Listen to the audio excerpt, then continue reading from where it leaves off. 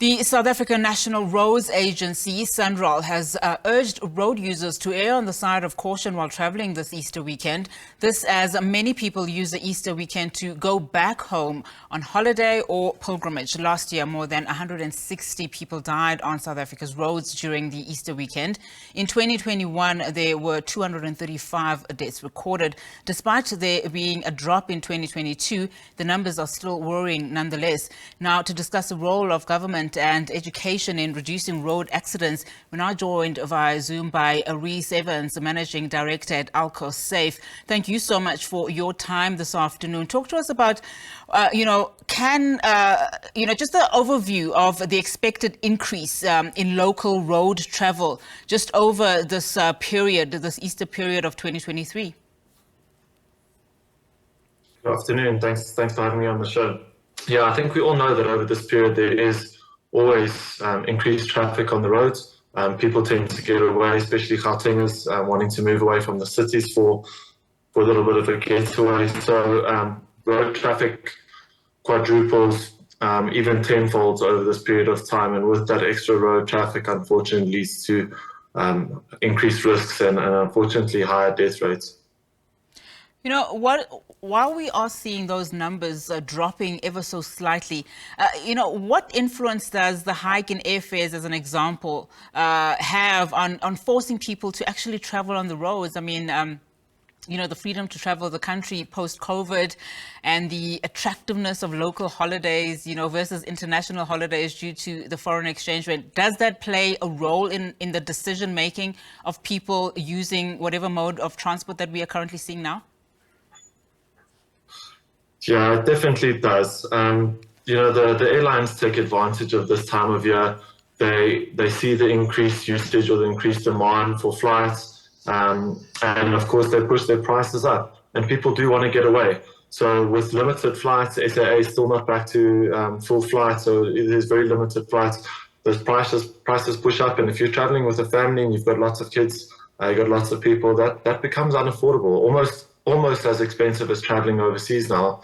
Locally, a flight to Cape Town becomes very expensive, for example. So people want to get away, they get into their cars, they drive, and that obviously pushes those numbers up on the roads, which creates congestion, higher traffic levels, and obviously a higher chance for having an accident, unfortunately.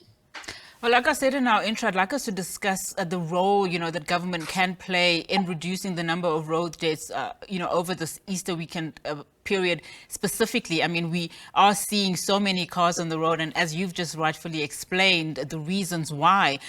What role can they play, particularly when it comes to education? Yeah, so there's a huge role that government has to play, and without government's role in this, or participation in this, we're just going to go backwards. So on a long-term solution, government has to get involved with through educational means. So I'm not talking about educational means in terms of adverts and the sort of quick-fire strategies that they've tried in the past, because unfortunately those strategies have been tried and they don't really work very well, because the human mind tends to say, that's not going to happen to me, it'll be someone else, I'm a good driver, I can have a couple of drinks and drive. So logic, unfortunately, doesn't take place. So in terms of long-term success, what has to happen is that government actually has to implement educational strategies from very early schooling, where kids start to get sort of ingrained into their brains that it's not really a decision that you make to drink or drive or not. The decision is already made. You know by the time you're 17 years old that drinking and driving is just not acceptable, and you don't do it. And that has to be done through monthly classes, almost like the home-ed classes that used to happen at schools to teach people, how to take care of kids or how to cook and that type of thing. That needs to be ingrained in children from a very young age, that this is how driving works. These are the dangers of driving, and drinking and driving is extremely dangerous, and this is the reasons why. So that by the time they reach that age where they actually have to make that decision's already made for them, and they go, I can drink and drive? No, I will not, because I know the dangers and I know that this is not acceptable. And by that stage, it becomes a socially unacceptable behavior. For the short term, unfortunately, there's nothing like that that'll work. And the only thing that works short term is very, very prevalent. Visible policing, roadblocks, breathalyzers, and heavy testing of people, because that factor really is a deterrent to people, and prosecution of people that are found under the influence of alcohol and driving. That's going to make the difference, because people don't want to be caught and get jail time or spend time in a court or in a holding cell.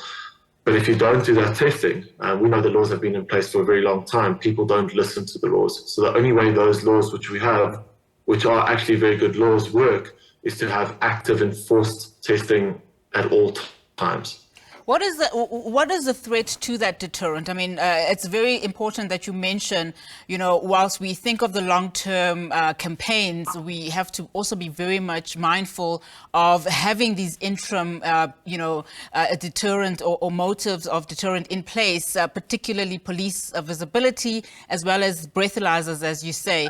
I mean, what more can be done there? Because I doubt that is a huge deterrent, because we are seeing a lot of people saying they were able to get off scot-free from, being breathalyzed, and they did not manage to, get arrested because of whatever means that they took to get out of that situation, whether it's bribery or otherwise.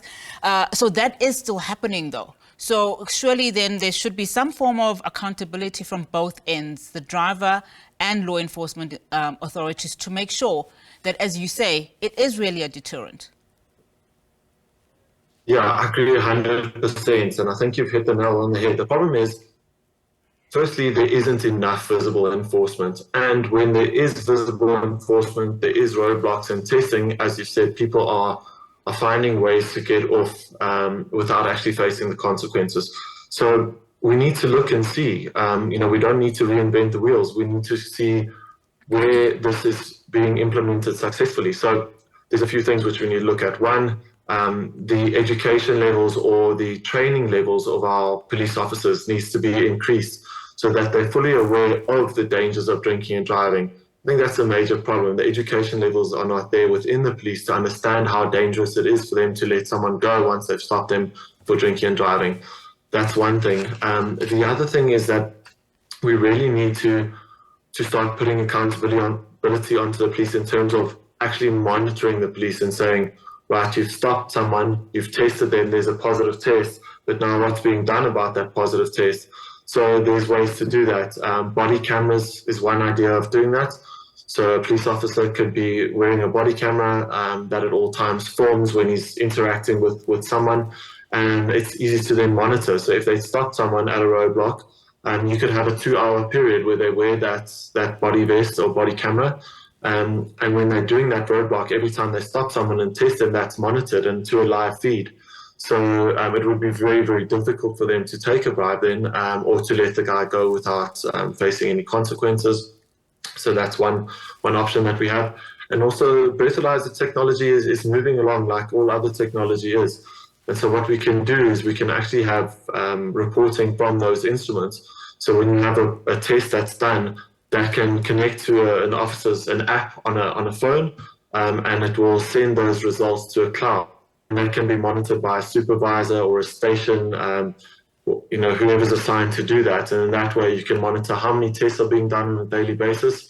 They have GPSs in them, so you can see where those tests are being done. And you can also get reports on those tests. So you can see if there's 50 positive tests in a day, why did we not have 50 arrests? Or what is the follow-up from that to support that testing? Yeah, Rhys, thank you so much for your time this afternoon. Really do appreciate it. Important conversation there about road safety. That's Rhys Evans, Managing Director at ALCO-Safe for us.